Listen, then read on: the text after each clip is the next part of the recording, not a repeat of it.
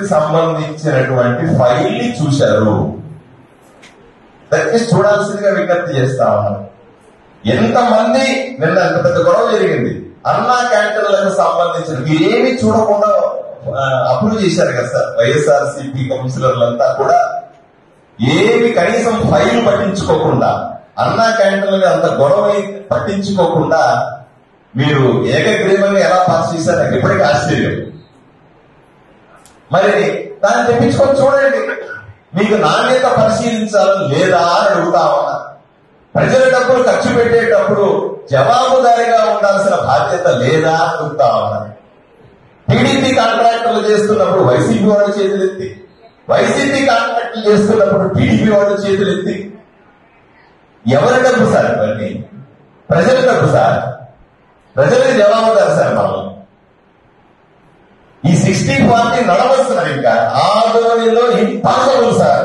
నేను ఎమ్మెల్యేగా ఉన్నంత వరకు 60-40 వ్యవహారాన్ని ఆపేరారు. 60-40 ఇద్దరే నాకు ఓటేశారు సార్. ఇది నడవలేమని సార్. పోయి మీరు నడవలేస్తారా? మీకు ఇష్టమా చెప్పండి, ప్రజలకు ఇష్టమా చెప్పండి. ఎందుకు సార్ ఇలా చేస్తాను? ఎందుకు సహకరించుకుంటారు ఒకరికొకరు? నాణ్యత సమస్య ఉంది మొర్రో అంటే కూడా, కంప్లైంట్లు ఉన్నాయి మొర్రో అంటే కూడా కనీసం ఫైలు చూడడానికి ఎందుకు ఒప్పుకోరు సార్? మీరు నాణ్యత పరిశీలిస్తాం అంటే అవసరమే లేదని ఆలోచన ఎందుకు సార్? దయచేసి రండి సార్. నేనేం తప్పు మాట్లాడుతున్నాను సార్? ఇది మన పని కాదా? సుడిగా అడుగుతా ఉన్నా.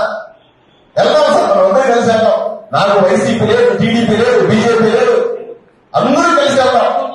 ఊరిలో అన్నా క్యాంటీన్ పెట్టిన, ఊరిలో కాల వేసిన, ఊరిలో కుడికి తీసిన, ఊరిలో కాంప్లెక్స్ కట్టిన, వాళ్ళు డబ్బులు పెట్టేయకుండా చూడాల్సిన బాధ్యత మనకు లేదా అని అడుగుతా ఉన్నాను సార్. దయచేసి కలిసి రండి అని అడుగుతా ఉన్నాను సార్. ఇది తప్పంటే దానికి నా ఓట్లు ఒప్పుతారు ఎందుకు సార్? ఆలోచన చేయండి. ఇది భావ్యమా అని అడుగుతా ఉన్నాను సార్.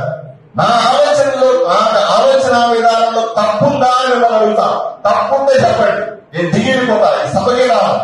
నా నీవు నిజాయితీ పరుడివి కాదు, మీ ఆలోచన విధానం తప్పు అని చెప్తే మళ్ళీ ఈ సమావేశం నాలుగాక రాను.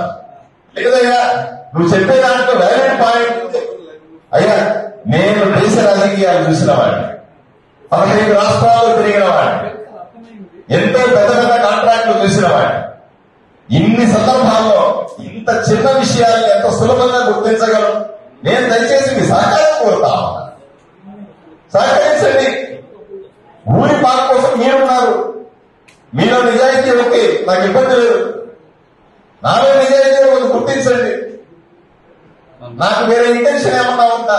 ఫైల్ చూడమన్నా తప్ప ఏమన్నా, నాణ్యత చూడమన్నా తప్ప ఏమన్నా, రండి పోదాం అక్కడ ఫిజికల్ గా చూద్దామంటున్నా తప్ప ఏమన్నా, అవసరమైతే విజిలెన్స్ అందరూ రాద్దాం, విజిలెన్స్ వచ్చి చెక్ చేయండి.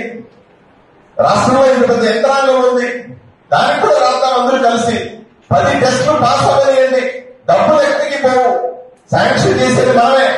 ఇచ్చేద్దాం సార్. అన్ని కరెక్ట్ గా ఉంటే డబ్బులు ఇచ్చేద్దాం సార్. కరెక్ట్ గా లేదనేది కదా నా బాధ. డబ్బులు కొట్టేస్తున్నారనేది కదా నా బాధ.